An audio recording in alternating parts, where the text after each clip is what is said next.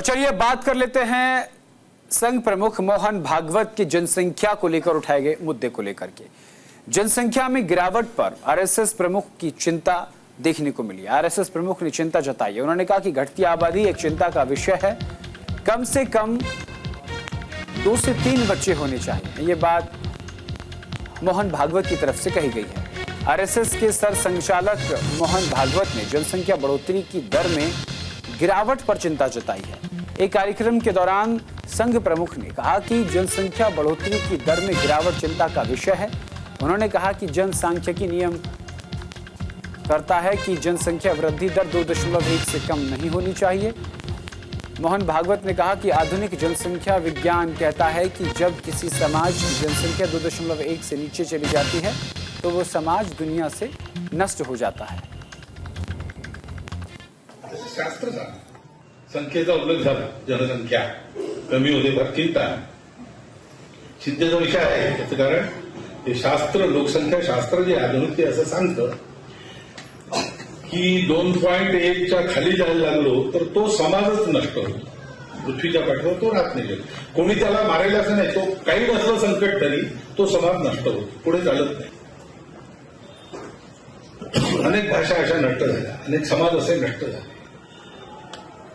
2.1च्या खाली येतात। आपल्या देशाची जनसंख्या नीती 1998 वगैरे मध्ये ठरली का 2002 मध्ये ठरली, साल माहित आहे मला, पण त्याच्यातही असं सांगतात की 2.1च्या खाली नाही।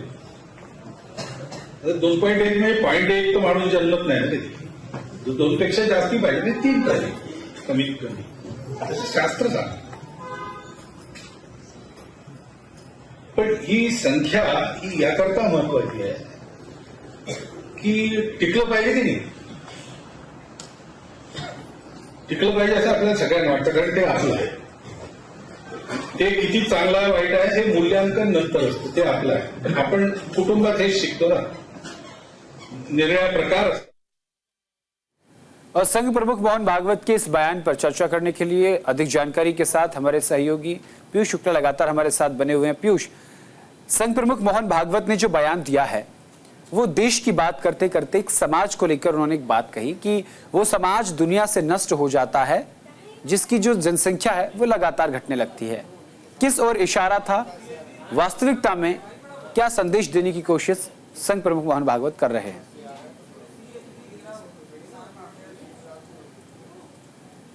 कुछ वर्षों से जिस तरह से जनसंख्या की वृद्धि हुई और खासतौर पर जनसंख्या के अनुपात में अंतर आया है, जो वर्ग विशेष की बारे में कहा जाता है, मुस्लिम समाज के बारे में कहा जाता है, जो अल्पसंख्यक के दर्जे में थे, वो कहीं कहीं पूरे देश में कई ऐसे क्षेत्र हैं जहां पर बहुसंख्यक की स्थिति में पहुंच गए हैं। तो कहीं ना कहीं ये जनसंख्या का असंतुलन है और जनसंख्या की रोकथाम को लेकर जितने कानून बने या फिर जो बातें की गई उनका प्रभाव केवल एक वर्ग पर ही पड़ा और बाकी किसी ने उसको अपनाया नहीं। तो ऐसे में जो समाज जिसकी जनसंख्या, उन्होंने यही कहा कि शास्त्रों में भी आया है कि अगर आपकी जनसंख्या का जो अनुपात है वो 2.1 से नीचे आएगा, यानी अकेला व्यक्ति होगा, तो अकेला व्यक्ति जनसंख्या को नहीं बढ़ा सकता है। और इसीलिए उन्होंने कहा यह अनुपात बढ़ना चाहिए। और एक जब आप समाज में अगर हैं और आपको अपने रेस को जीवित रखना है, अपने वर्ग को जीवित रखना है, तो जाहिर सी बात है आपको जनसंख्या के तौर पर बढ़ाना होगा, वो संतुलन जो है उसे मेंटेन करना होगा। और यही बात उन्होंने कही है।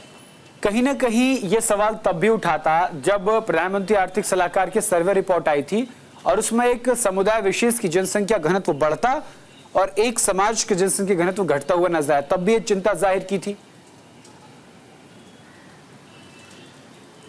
बिल्कुल, तब भी ये चिंता आई थी कि जो अल्पसंख्यक थे वो बहुसंख्यक की ओर बढ़ते जा रहे हैं और जो बहुसंख्यक थे वो अल्पसंख्यक की ओर बढ़ते आ रहे हैं। ऐसे में जनसंख्या का जो असंतुलन है उसकी वजह से भी बहुत सी ऐसी चीजें हैं जो समाज में होती जा रही हैं और समाज की तमाम विकृतता जो है वो भी बढ़ती जा रही है। तो कहीं ना कहीं जनसंख्या असंतुलन को भी रोकना एक सरकार की भी जिम्मेदारी है और समाज की भी जिम्मेदारी है। जी, बहुत बहुत शुक्रिया पीयूष तमाम जानकारी के लिए।